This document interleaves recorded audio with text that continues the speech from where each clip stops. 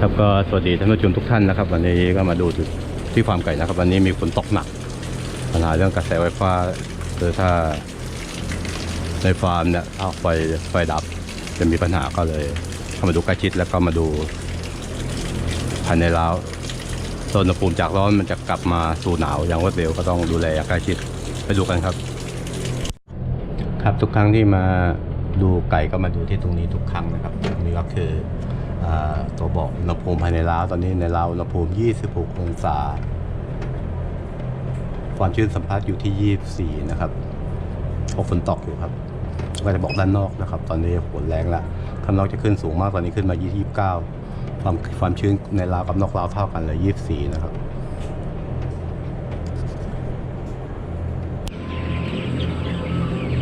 แล้วก็สวัสดีเพื่อนๆชาว YouTube และก็ท่านผู้ฟังทุกท่านนะครับวันนี้ก็มาอยู่ในฟาร์มไก่เนื้ออีกครั้งหนึ่งนะครับท่ามกลางข้างนอกฝนตกหนักนะครับจากที่ร้อนๆอยู่วันนี้ฝนตกก็เลยต้องเข้ามาดูแลฟาร์มแล้วก็มาเปิดเสียงเพลงกับเกลื่อนนะครับว่าป่าข้างนอกลองชมครับบรรยากาศข้างนอกฝนตกข้างใน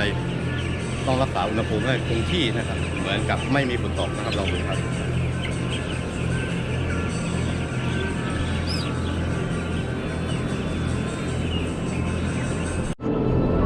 ครับก็จะเห็นว่าอุณหภูมิตอนนี้เมื่ออากาศเย็นพัดลมจะดับมาเลยครับจะติดอยู่4ตัวระบบออโต้ก็ยังใช้ได้อยู่นะครับก็พอฝนตกมีเสียงฟ้าผ่าก็ต้องเปิดเสียงเพลงอย่างนี้ครับแต่เพลงนี้ไม่มีปัญหาครับของ YouTube ครับผมพามาเปิด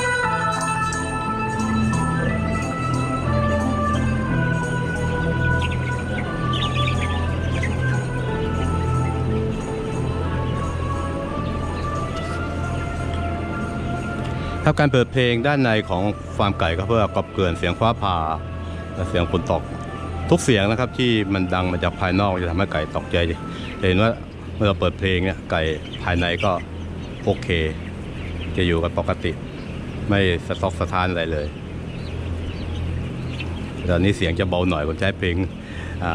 ของ YouTube มาเปิดไม่ต้องมีปัญหาเรื่องลิขสิทธิ์อยู่ก็โอเคขอบคุณทาง YouTube มากมายนะครับ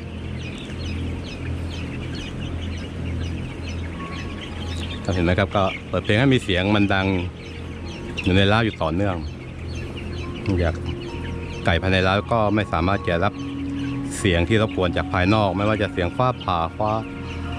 รถวิ่งหรือเสียงต่างๆที่กระทำให้มันไก่ตกใจก็ไก่ก็อยู่ปกติเหมือนไม่มีอะไรเกิดขึ้นในฟาร์มเราจะเห็นว่าไก่จะโตเร็วมากนะครับย้ำอีกครั้งหนึ่งนะฟาร์มไก่ตอนนี้เขาไม่ใช้ยานะครับผู้บริโภคไก่โอเคนะครับไม่มีปัญหาห้ามใช้ยาอย่างเด็ดขาดนะครับไม่มียาจะเป็นจะตายจะไม่สบายก็ไม่ใช้ยานะครับใช้แต่วิตามินตอนลูกไก่นะครับแล้วก็ให้กินแต่อาหารเท่านั้นนะครับเพื่อความปลอดภัยของผู้บริโภคที่ไม่มีสารตกค้างอยู่ในเนื้อไก่นะครับเพราะไก่จะเลี้ยงเร็วมากครับประมาณ35วันก็ไปสู่ตลาดละนี่ก็จะเห็นว่า10กว่าวันแล้วครับ15วันแล้วครับวันนี้ก็อีกประมาณ20วันก็ขายได้แล้วครับไก่จะขายได้เร็วมากและต้องดูแลอย่างใกล้ชิดเพราะอุณหภูมิคืออุณหภูมิภายนอกเปลี่ยนแต่อุณหภูมิภายในร้าวจะต้องไม่เปลี่ยนแปลงนะครับในร้าวจะต่างกันไม่เกิน5นะครับไม่เกิน5ในควบคุมอยู่ที่25นะครับตอนนี้ผมเข้ามา25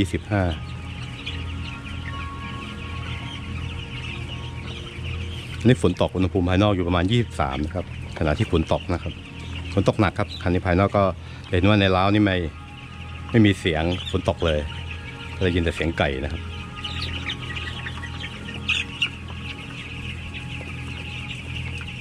ก็จะเห็นว่าไก่ตายเริ่มไม่มีเลยนะครับปลาดุกเริ่มจะอดแล้วเมื่อไม่มีไก่ก็สามารถที่จะให้อาหารเลยทดแทนไปได้ปลาดุกแล้วก็มีนะมีอยู่ไม่กี่ตัวตอนเย็นคนงานก็ยังไม่ได้เข้ามาเก็บผมก็เดินเข้ามาดูเพราะฝนตกหนักแล้วฟ้าผ่าได้ยินใช่ไหมฟ้าด้านนอกมันจะดังมากแต่ว่าพอเปิดเสียงเพลงอย่างเงี้ยมันจะกรอบที่ผมเบาวอลลุ่มไว้ทำไมเบาคุยอย่างนี้ไม่ได้ยินนะครับ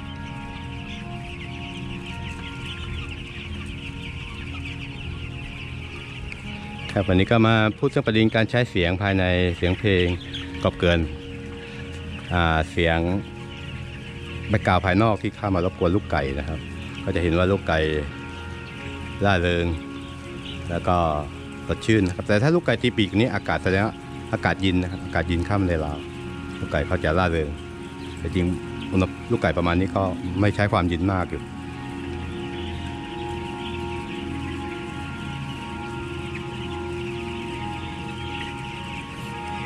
อย่างไรไก่แล้วถ้าอยู่ในล้าวอย่างนี้ไฟฟ้าจะดับไม่ได้เลยนะครับต้องปิดเครื่องทันทีถ้าไฟฟ้าดับภายใน5 หรือ 10 นาทีจะสร้างความเสียหายให้กับฟาร์มไก่เนื้อทันทีไก่จะตายนะครับเพราะในล้าวมันมีอากาศมันจะมีแก๊สครับเพราะว่ามูลของไก่เราไม่ได้เอาไปทิ้งเหมือนของสุกรทิ้งทุกวันมูลไก่จะอยู่ที่นี่อาศัยดูดอากาศออกแล้วก็สร้างความแห้งให้กับล้าวมันจะไม่มีแก๊สในฟาร์มแต่เมื่อไม่มีอากาศมันจะเป็นแก๊สขึ้นมาทันทีครับก็ขอบคุณทุกท่านนะครับที่ติดตามชมช่องวิถีไทยก็มาอยู่กับฟาร์มไก่อยู่เรื่อยๆนะครับมีอะไรใหม่ๆก็จะอัปเดตให้ฟังวันนี้ก็จะมาประเด็นเรื่องแบ็คกราวด์ลบเสียงแบ็คกราวด์ด้านนอกด้วยเสียงเพลงภายในเล้าไก่นะครับแล้วก็ประเด็นสำคัญใช้เพลงของ YouTube ครับวันนี้ขอบคุณทุกท่านนะครับสวัสดีครับ